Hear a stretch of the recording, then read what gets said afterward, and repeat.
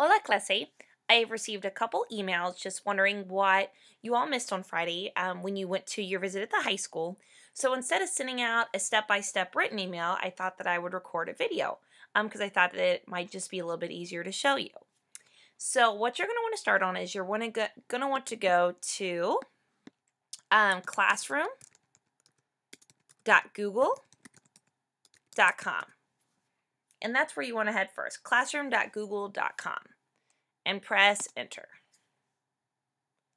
And what is going to happen is it is going to prompt you to enter your Google account. And remember, these are the accounts that we set up the other day in class, your new email addresses. You still have your My Comments email that you're welcome to use. But this, in order to access my Google Classroom, you have to sign in through your Google account. So as you can see, I already have it up here. So I'm just going to click on my name. And the biggest thing to remember is that your email is your last name and your first initial, or I guess some of you have other things depending on if there's other people in the district with the same name. But whatever is in your My Comments email, that is what you're going to see here. Okay? At masonohioschools.com. And then your password is your capital MASON.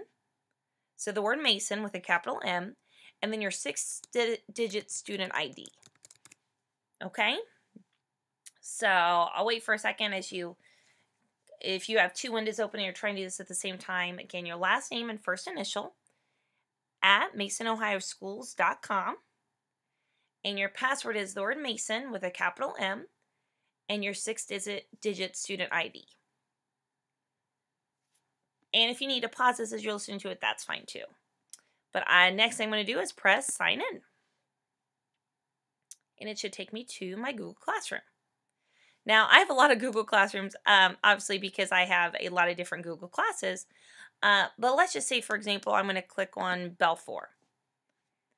What you want to do is you want to scroll down the wall of the Google Classroom, and you should see something here that says Tema 3 La Familia Writing Assignment. Now, what I'm going to do is I'm going to click on that. And here I can see all of your names and those of you that have turned it in versus those of you that still have to do it. But when you open it, what you're going to see is something that looks a little like this. Okay? And that's just kind of what I'm going to click on.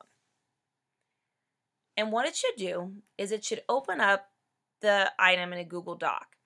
And what I probably should have said at the beginning of the video is all this works best if you're working out of Google Chrome.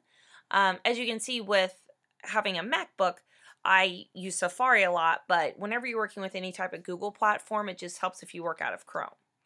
So, what you're going to do is you are going to type about your familia, including all of this criteria here.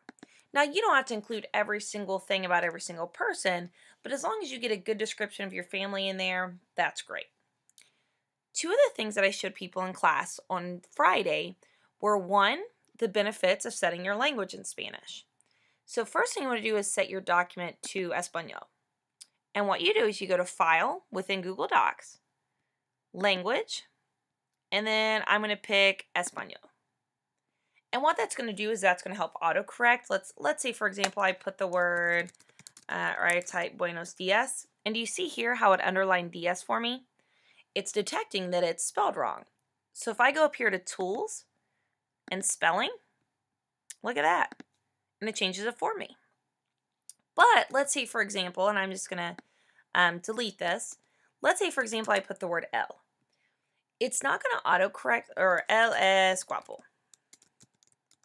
Like that. Do you see how it doesn't underline this? And as we all know, this L should have an accent mark.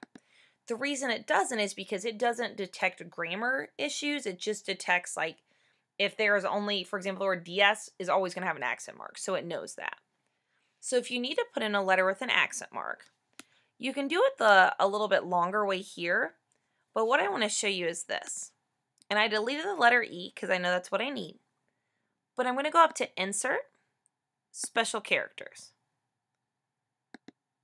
And this little thing's going to pop up. The neat thing about this is, if I draw the letter E with an accent mark, take a look at what pops up over here. All of my letters. And if you scroll over them, it pops it up a little bit bigger. So if this is the letter E that I want, or in this case, I actually need a capital letter E. So I'm going to draw it in here. Now it's going to give me the capital letter E that I can stick in there. Oops, and it put it up in the top. I want it right here. There we go. And now I have my L with an acento. Google Docs is a little bit different than Microsoft Word. Microsoft Word on Mac and PC, you can use keystrokes, but with Google Docs, you can't. So this is a little bit of a learning curve. So what you're going to do is you're just going to continue to talk about your family, their names, their personality, dates or ages and birthdays, if you know their origin, things like that.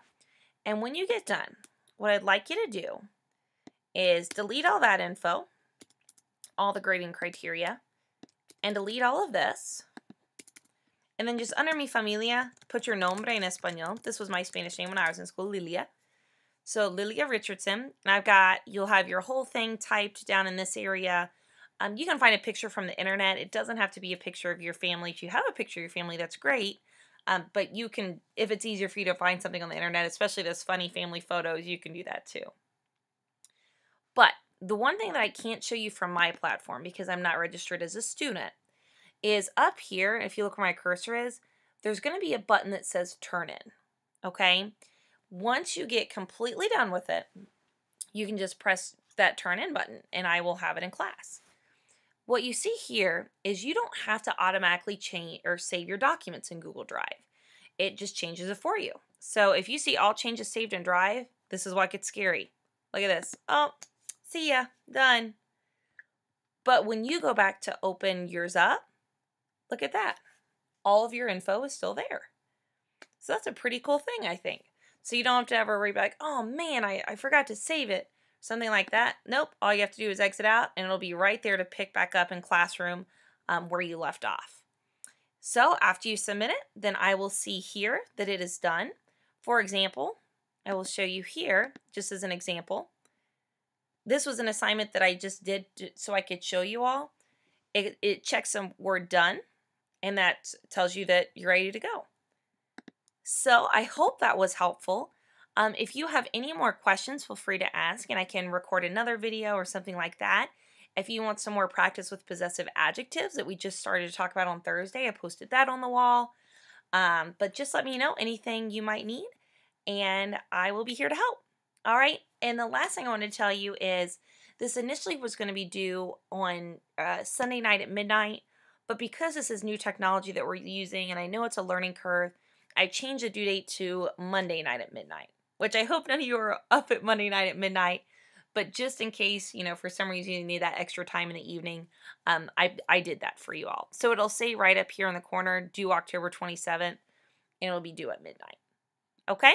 If you need anything, just let me know, and have a wonderful rest of your weekend. Adios.